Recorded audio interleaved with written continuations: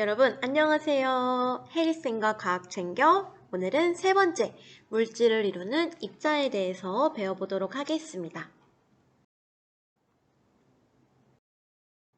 여러분 커다란 금속 덩어리가 있어요. 이 금속을 쪼개면 이렇게 작은 조각으로 나누어지겠죠? 그런데 이 작은 조각을 점점 작게 나눈다면 어떻게 될까요? 고대 철학자 아리스토텔레스는요, 물질을 계속해서 작게 쪼개면은 없어진다고 주장을 했습니다. 과연 이 주장은 사실이었을까요? 그렇지 않습니다. 물질을 우리가 아무리 쪼개도 더 이상 나누어지지 않는 어떤 입자에 도달을 하게 되는데요. 오늘은 이렇게 물질을 이루는 기본 입자에 대해서 배워보도록 하겠습니다. 오늘 수업을 배우고 나면 물질은 모두 원자라는 것으로 이루어져 있음을 알게 될 거고요. 그리고 이 원자는 원자의 핵과 그 주변에 있는 전자로 구성됨을 설명할 수가 있게 될 거예요. 오늘의 핵심 개념 원자이겠죠? 자, 본격적으로 수업을 들어가 볼게요. 원자란 물질을 구성하는 단위 입자를 말합니다. 원자는 추상적이지 않는 구체적인 입자이기 때문에 한 개, 두 개 개수를 셀 수가 있어요. 그런데 여러분, 원자를 직접 본 적 있나요? 원자 한 개는 우리 눈에 보이지 않을 정도로 정말 작아요.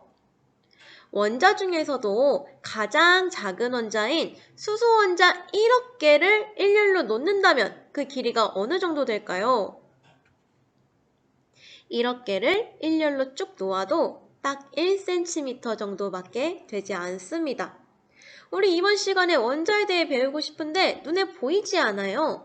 이럴 때 우리는 모형을 사용했었죠. 원자 모형은 일반적으로 이렇게 동그란 구 모양을 사용합니다.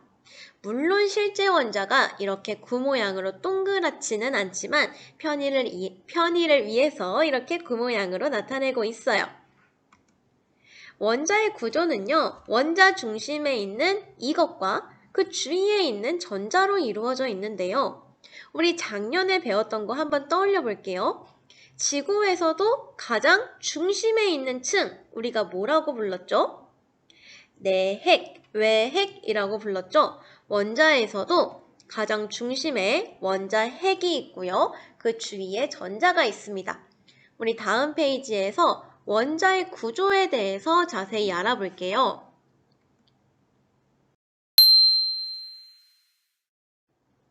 그 전에 우리가 미리 알아둬야 될 게 있는데 전하량이라는 거예요. 전하량이란 물체가 띠는 정기적인 성질의 양을 의미합니다.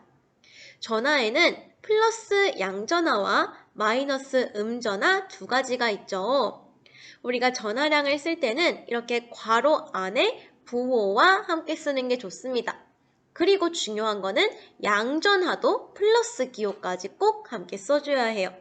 앞으로 여러분들이 이렇게 괄호 안에 부호와 함께 있는 숫자를 본다면 그 물체가 띠는 정기적인 성질의 양, 즉 전하량을 나타낸 거구나 생각을 하면 됩니다. 가끔 괄호는 생략하기도 해요. 자, 이게 바로 원자입니다. 원자의 중심에 있는 이것 무엇일까요? 그렇죠. 원자 핵입니다. 원자 핵은요, 양전하, 다른 말로 플러스 전하를 띠고요. 원자의 중심에 위치합니다. 원자의 종류마다 원자핵의 전하량이 모두 달라요. 예를 들어서 수소의 원자 핵은 플러스 1, 탄소의 원자 핵은 플러스 6, 산소의 원자 핵은 플러스 8을 띠고 있습니다. 그렇다면 화면에 나와 있는 이 원자는 무슨 원자일까요? 그렇죠. 원자 핵의 전하량이 플러스 6이기 때문에 탄소 원자가 되겠죠.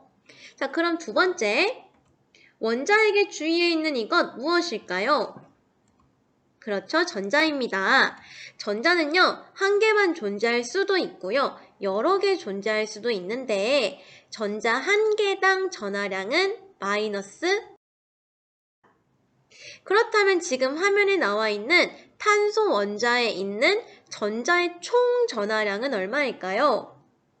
그렇죠. 한 개당 마이너스 1인데 6개가 존재하니까 전자의 총 전하량은 마이너스 6이 되겠죠. 그리고 두 번째 줄, 전자는 가만히 있는 게 아니고요. 원자핵의 주위에서 끊임없이 움직이고 있어요. 마지막 줄에 전자의 총 전하량과 원자핵의 전하량의 크기가 같다고 합니다. 전자의 총 전하량이라고 표시를 한 건 전자가 한 개 이상일 수도 있기 때문이겠죠. 총 전하량을 구할 때는 전자 한 개당 전하량인 마이너스 1에다가 전자의 개수를 곱해주면 됩니다. 전자의 총 전하량의 크기와 원자핵 전하량의 크기가 같다는 건 부호는 반대고 크기가 같다는 거겠죠. 위에 말풍선 보면 수소 원자핵의 전하량이 플러스 1이니까 전자의 총 전하량은 마이너스 1. 전자 한 개 가지고 있겠고요. 탄소 원자핵의 전하량이 플러스 6이라면 전자의 총 전하량은 마이너스 6, 즉 전자 6개 갖고 있겠네요. 우리 왼쪽에 있는 그림처럼요. 산소 원자는 전자 몇 개 가지고 있을까요? 그렇죠. 전자를 8개 가지고 있을 거예요. 산소 원자를 보면 원자핵의 전하량은 플러스 8, 전자의 총 전하량은 마이너스 8이죠. 더하면 얼마인가요? 0이죠. 이렇게 원자는 전기적으로 중성 상태입니다. 원자핵의 전하량이 플러스 7인 원자는 원자핵 주위에서 몇 개의 전자가 움직이고 있을까요? 정답은 간단하죠. 7개입니다. 원자는 정기적으로 중성이어야 하기 때문에 전자의 총 전하량은 마이너스 7이 되어야 하고요. 그렇기 위해서는 전자가 7개 존재해야 합니다. 자, 그럼 다음으로 넘어가서 원자 모형 직접 그려보도록 하겠습니다. 왼쪽에 보면 원자핵의 전하량이 있고요. 전자의 총 전하량이 있습니다. 우리 방금 배웠던 것처럼 원자핵의 전하량과 전자의 전하량을 더하면 그 원자의 총 전하량이 나오는 거겠죠. 원자는 전기적 중성이기 때문에 원자의 총 전하량 항상 0입니다.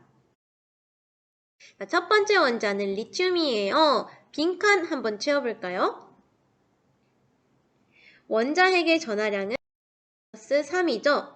원자의 총 전하량이 0이 되려면 전자의 전하량은 마이너스 3이 되어서 전자가 3개 존재하겠네요. 원자는 전기적 중성이기 때문에 총 전하량은 0이 됩니다. 그림을 보고 표에 있는 나머지 빈칸 모두 채워볼게요. 영상을 멈추고 직접 한번 채워볼까요? 질소부터 보겠습니다. 원자핵의 전하량이 플러스 7이면 전자의 총 전하량이 마이너스 7이 되어서 전자 7개 존재하겠죠? 전자의 총 전하량은 0, 전기적 중성입니다. 그 다음 산소 볼게요. 산소를 보니까 전자 8개 있어요. 전기적 중성 되려면 원자핵의 전하량은 플러스 되겠죠. 전기적 중성인 거고요. 마지막 나트륨은 전자 11개 존재한다고 합니다. 그러면 플러스 11이 돼야 되겠죠? 전기적 중성입니다. 여러분 이렇게 원자 모형을 그릴 때는 중심에 원자핵을 또렷하게 그려주시고요. 전자는 골고루 이렇게 퍼져 있게끔 그려주시면 되겠습니다. 여러분 그런데 조금 정리가 안 되는 게 있어요. 우리 첫 번째 시간에 물질을 이루는 기본 성분, 원소에 대해서도 배웠었죠. 원소와 원자 헷갈리지 않게 비교해서 정리해 보겠습니다. 자, 우리 화면에 있는 빈칸 한번 채워볼까요? 첫 번째, 물질을 구성하는 기본 성분을 우리는 원소라고 했고요. 두 번째, 물질을 구성하는 단위 입자가 원자입니다. 여기서 가장 중요한 단어는 입자예요.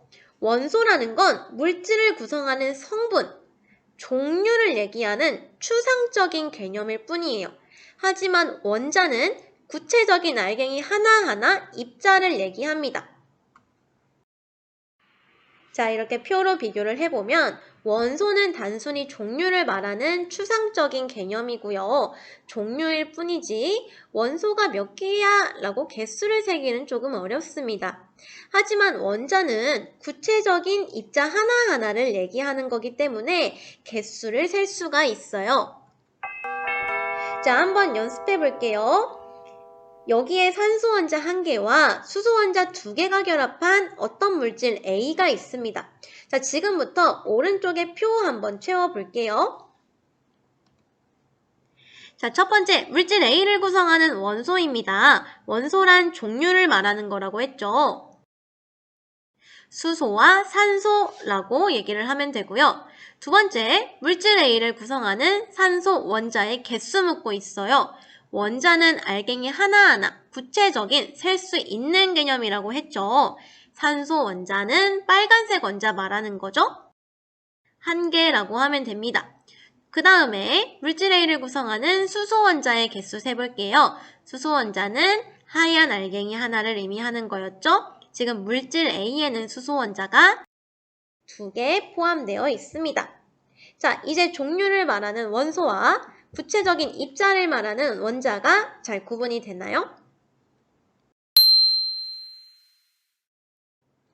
자, 마지막으로 오늘 사용한 원자 모형에 대해 좀 생각을 해볼게요. 요거는 학습지에 넣지는 않았는데요. 가벼운 마음으로 들어주시면 됩니다. 모형은 오늘뿐만이 아니라 앞으로도 여러분이 과학 시간에 계속 사용을 할 거예요. 우리가 모형을 사용하는 이유는요. 원자를 눈으로 직접 관찰하기 어렵기 때문에 원자를 쉽게 이해하고 설명하기 위해서 사용하는 거겠죠. 그런데 모형은 실제 원자와 같은 모습일까요? 아까 잠깐 말했는데 모형과 원자는 완벽하게 똑같지는 않습니다. 실제로 전자의 크기는 원자 핵보다 정말 작다고 해요. 그래서 비유를 해보자면 원자 핵을 서울시청에 있는 축구공에 비유한다면 전자는 어디쯤 있다고 비유를 해볼 수 있을까요? 전자는요, 수원의 먼지 정도 된다고 합니다. 이렇게 원자는 모형과 똑같지는 않아요. 한계가 존재한다는 점을 참고를 해 두시면 되겠습니다.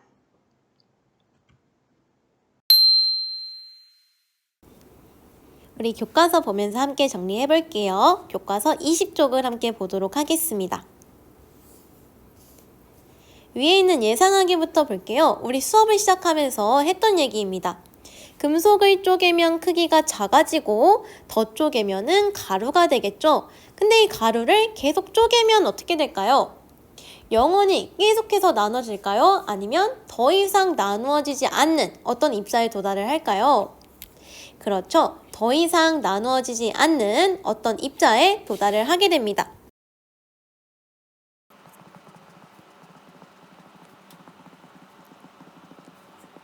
이 입자가 바로 오늘 배운 원자가 되겠죠? 자, 그 아래로 가볼게요. 여기에 첫 번째 줄, 두 번째 줄을 보면 원소와 원자의 차이를 잘 얘기를 해주고 있는 것 같아요. 함께 읽어볼게요. 물질을 이루는 기본 성분, 우리가 첫 시간에 원소라고 배웠어요. 근데 그 원소를 이루는 입자 하나하나, 구체적인 알갱이 하나하나를 우리가 원자라고 하게 되는 거예요. 자, 그래서 아래쪽에 볼게요. 구리라는 원소를 이루는 성분, 구리 원소입니다. 그런데 이 구리 원소를 이루는 구체적인 입자 하나하나가 요 구리 원자가 되겠죠? 원자는 이렇게 구체적인 개수를 셀 수 있는 개념이라는 거, 그리고 원소는 종류를 말하는 조금은 추상적인 개념이라는 거를 기억해 두시면 되겠습니다. 21쪽으로 넘어가 볼게요. 원자의 크기에 대해서 얘기를 하고 있습니다. 수소 원자를 예로 들고 있는데요. 1억 개를 일렬로 놓아도 1cm 정도밖에 되지 않는다고 했어요. 이 수치를 외우는 것보다는 원자가 그만큼 작다는 것을 기억을 하고, 그래서 우리는 모형을 사용한다는 것을 기억해 두면 되겠죠? 일반적으로 모형을 표현할 때 우리는 구 모양을 이용을 했고요. 가운데는 원자핵을, 그리고 원자핵 주위에는 전자를 함께 그렸습니다. 그 아래쪽에 원자의 구조에 대해서 얘기를 하고 있어요. 원자는 원자핵과 전자로 이루어져 있죠. 원자핵은요, 원자의 중심에 위치하면서 양전하를 띠고요. 전자는 원자핵 주위에서 움직이고 있으면서 음전하를 띠고 있습니다. 이 아래쪽에 원자의 구조 좀만 더 자세히 볼게요. 수소 원자의 원자핵의 전하량은 플러스 1입니다. 원자는 정기적 중성이기 때문에 전자 1개 존재해야 되겠죠? 원자핵의 전하량은 플러스 1이고 전자의 총 전하량은요, 전자 1개당 마이너스 1인데 지금 수소 원자는 전자 1개만 갖고 있으니까 총 마이너스 1. 그래서 플러스 1과 마이너스 1을 더하면 0이 돼서 정기적 중성이 됩니다. 그리고 탄소 원자 볼게요. 탄소 원자는 원자핵의 전하량이 플러스 6이죠. 이렇게 원자의 종류마다 원자핵 전하량이 달라요. 자, 지금 원자핵의 전하량이 플러스 6입니다. 원자가 정기적 중성이 되기 위해서는 전자의 총 전하량이 마이너스 6이 되어야 되겠죠? 그래서 지금 전자가 6개 존재하는 것을 확인할 수 있겠네요. 역시 이렇게 정기적으로 중성이 됩니다. 적용하기는요, 우리가 아까 풀었던 문제예요. 넘어가도록 하겠습니다. 그 다음 모형을 사용하여 원자 나타내기입니다. 직접 해보지는 않을 건데요. 채울 수 있는 것만 빨리 채워볼게요. 우리 1번 문제의 표를 보면서 각 원자들의 전자 개수 한번 세해볼까요? 헬륨은 전자가 2개, 리튬 원자 전자 3개, 붕소는 전자가 5개, 플루오린은 전자가 9개라는 거 금방 알 수 있겠죠? 자, 그 다음은요. 베릴륨, 질소, 산소, 나트륨 원자 모형을 그리는 문제입니다. 여러분들이 이 상태에서는 그냥 그리기는 어렵고요. 선생님이 조금씩 힌트를 주도록 하겠습니다. 베릴륨의 원자핵의 전하량은 플러스 4이고요. 질소의 원자핵의 전하량은 플러스 7입니다. 산소의 원자핵의 전하량은 잘 모르겠는데 전자가 8개 존재하고요. 그리고 나트륨의 원자핵의 전하량은 모르겠는데 전자가 11개 존재합니다.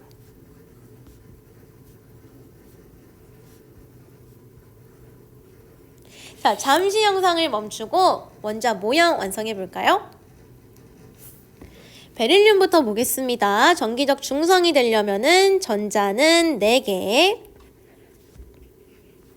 질소 정기적 중성이 되려면 전자는 7개. 여러분 이렇게 대칭적으로 그리는 것보다는 자유롭게 그리면 됩니다.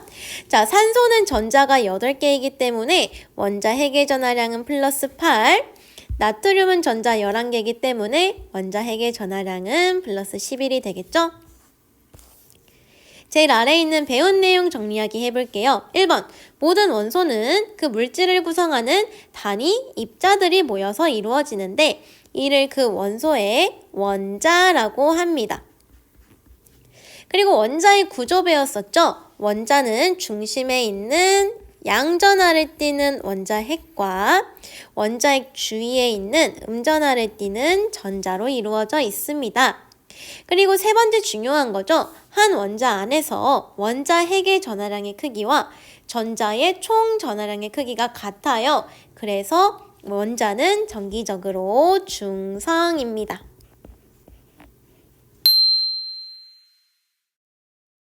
자, 그럼 오늘의 학습 목표 잘 달성했는지 확인해 볼게요. 자, 한번 빈칸 채워볼까요?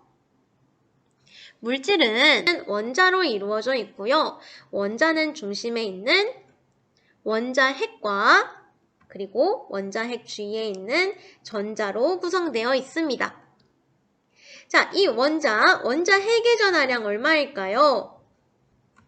그렇죠. 플러스 3이겠죠? 원자핵의 전하량과 전자의 총 전하량은 항상 0이 되어서 원자는 양전하도, 음전하도 띄지 않는 정기적 중성 상태가 됩니다. 그리고 원소와 원자도 비교해 봤고요. 모형의 한계까지 간단하게 공부를 해봤습니다. 자, 이렇게 하면은 오늘 배울 내용은 끝이고요. 다음 시간에는요, 물질의 성질을 나타내는 또 다른 입자 개념에 대해서 배워보도록 할게요. 여러분, 이번 시간도 수고 많았어요. 우리 다음 시간에 만나요.